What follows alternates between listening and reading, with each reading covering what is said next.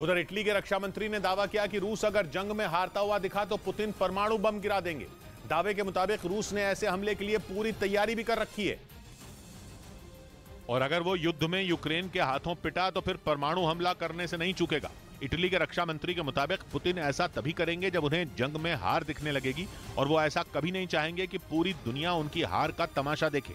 इसलिए दावा है कि यूक्रेन से मात खाने से पहले ही वो परमाणु बम से हमला कर सकते हैं। और खुद पुतिन इस तरफ कई बार इशारा कर चुके हैं, जबकि कुछ रोज पहले ही उनकी सेना के कमांडर ने तो ये तक कह दिया था कि जंग जीतने के लिए परमाणु हमला करना ही होगा, क्योंकि इस जंग में अब तक रूस के 1 लाख से ज्यादा सैनिक मारे जाने की खबरें सामने आई थी, जबकि रूस को कई मोर्चों पर हार का भी सामना करना पड़ा। इसी वजह से पुतिन ने जैसा सोचा था रूस को अब तक की जंग में वैसा कुछ हासिल नहीं हुआ। ऊपर से यूक्रेन की सेना के पलटवार से ज़ेलेंस्की के हौसले बुलंद हैं और इसी वजह से वो जंग को अंत तक पहुंचाने का दम ठोक रहे हैं। यूक्रेन की संसद को संबोधित करते हुए ज़ेलेंस्की ने ऐलान किया कि उनकी सेना रूस से जीत कर ही रहेगी और तब तक यूक्रेन का एक भी सैनिक आराम की सांस नहीं लेगा।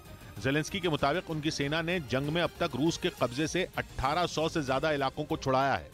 इसके साथ ही उन्होंने खार्किव की जीत और रूस के जहाज मॉस्को को डुबोने के लिए अपनी सेना की पीठ भी थपथपाई। माना जा रहा है कि अपनी जीत देखकर ही ज़ेलेंस्की रूस के शांति प्रस्ताव को बार बार ठुकरा रहे हैं।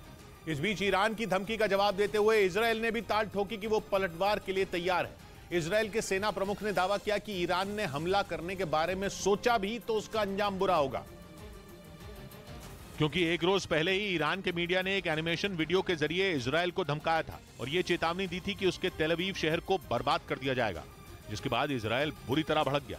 वहां के सेना प्रमुख ने ईरान को नसीहत दी कि वो ऐसी गलती भूलकर भी न करे। उन्होंने दावा किया कि अब इजरायल की सेना पहले से कई गुना ज्यादा मजबूत है।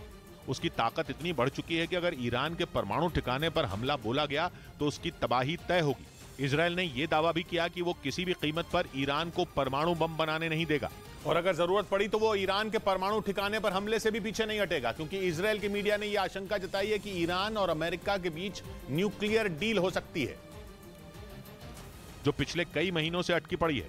लेकिन इजरायल के मीडिया के मुताबिक आने वाले महीनों में अमेरिका ईरान के साथ इस डील पर मोहर लगा सकता है। हालांकि बाइडेन ये साफ कर चुके हैं कि ईरान के साथ किसी तरह की परमाणु डील संभव ही नहीं है, लेकिन फिर भी इजरायल को इस बात का डर सता रहा है, क्योंकि 2021 में बाइडेन की सरकार बनने के बाद अमेरिका ने इस डील को फिर लागू करने की कोशिश शुरू कर दी थी और इसी बात ने इजरायल की परेशानी बढ़ा दी थी, जो अब तक जारी है, क्योंकि इजरायल ये अच्छी तरह से जानता है कि ईरान के हाथ परमाणु बम लगना उसके लिए दुनिया का सबसे बड़ा खतरा साबित होगा।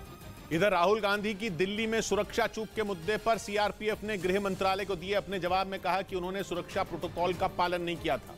एक रोज पहले कांग्रेस ने गृह मंत्रालय को चिट्ठी लिखकर राहुल की सुरक्षा से खिलवाड़ का आरोप लगाया था, जिसके बाद सीआरपीएफ ने गृह मंत्रालय को बताया कि दिल्ली में राहुल की यात्रा के दौरान सुरक्षा के पुख्ता इंतजाम किए गए थे, लेकिन उन्होंने प्रोटोकॉल का पालन नहीं किया। सीआरपीएफ के मुताबिक राहुल गांधी 2020 से अब तक 113 बार सुरक्षा प्रोटोकॉल तोड़ चुके हैं।